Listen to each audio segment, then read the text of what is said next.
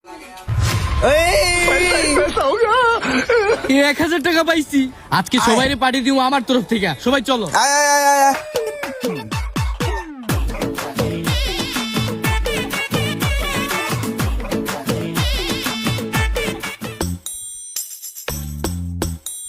$1000 আমি পাইছি তোরা যা খাইতে পারো বিল আমি দিমু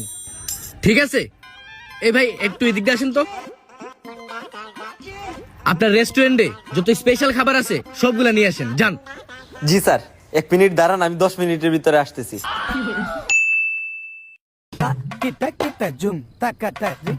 आ गई माल आ गया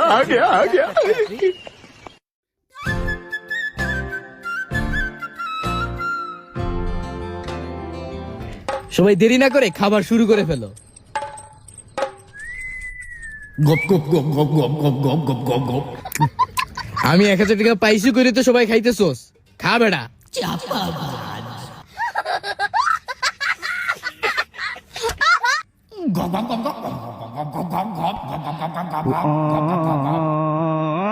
এই তোরা কি একটা জিনিস লক্ষ্য করছস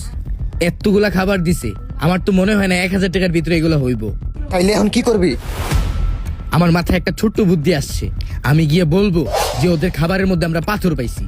তারপর জোরাজুরি করবো চিল্লাচিল্লি করবো বলবো আপনাদের রেস্টুরেন্টের খাবার ভালো না খাবারের মধ্যে পাথর পাওয়া গেছে তারপর ওরা ভয় পাইয়া খাবার আমাদের ফ্রিতে দিয়া দিব 1000 টাকা বাঁচবে। তারপর 1000 টাকা বাইচে দেব তাইলে আমি যাই গে ঝগড়া লাগি আর তোরা পাথর রাখ যা যা যা যা যা ভালো বুদ্ধি।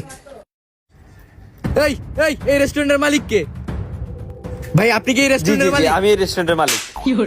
এটা কি রেস্টুরেন্ট খুলে রাখছেন আপনার রেস্টুরেন্টে খাবারের মধ্যে পাথর পাওয়া যায় মিয়া আপনার কি কোনো ধারণা আছে যে আমি কোন কোন ভিআইপি মানুষকে নিয়ে আসছি রেস্টুরেন্টে খাওয়ানোর জন্য আপনাদের খাবারের মধ্যে পাথর পাওয়া যায় আপনারা কিছু করেন না স্যার সরি স্যার এই রেস্টুরেন্টে এমন কিছু হওয়ার কথা না স্যার আর যদি হয়ে থাকে স্যার তাহলে এই গালে আরেকটা মাইরেন স্যার স্যার চলেন স্যার পাথরটা দেখান আসেন এই যে দেখেন ভাই খাবারের মধ্যে পাথর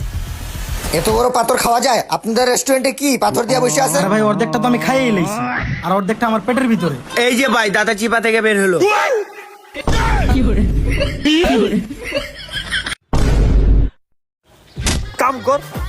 কাম কর হালার পুতেরা মৃত্যু আর আর তুই কাম কর আর তুই এদিকে দাঁতের চিপা দিকে বার করছিস এত বড় পাথর তোর দাঁতের কানা এত মোটা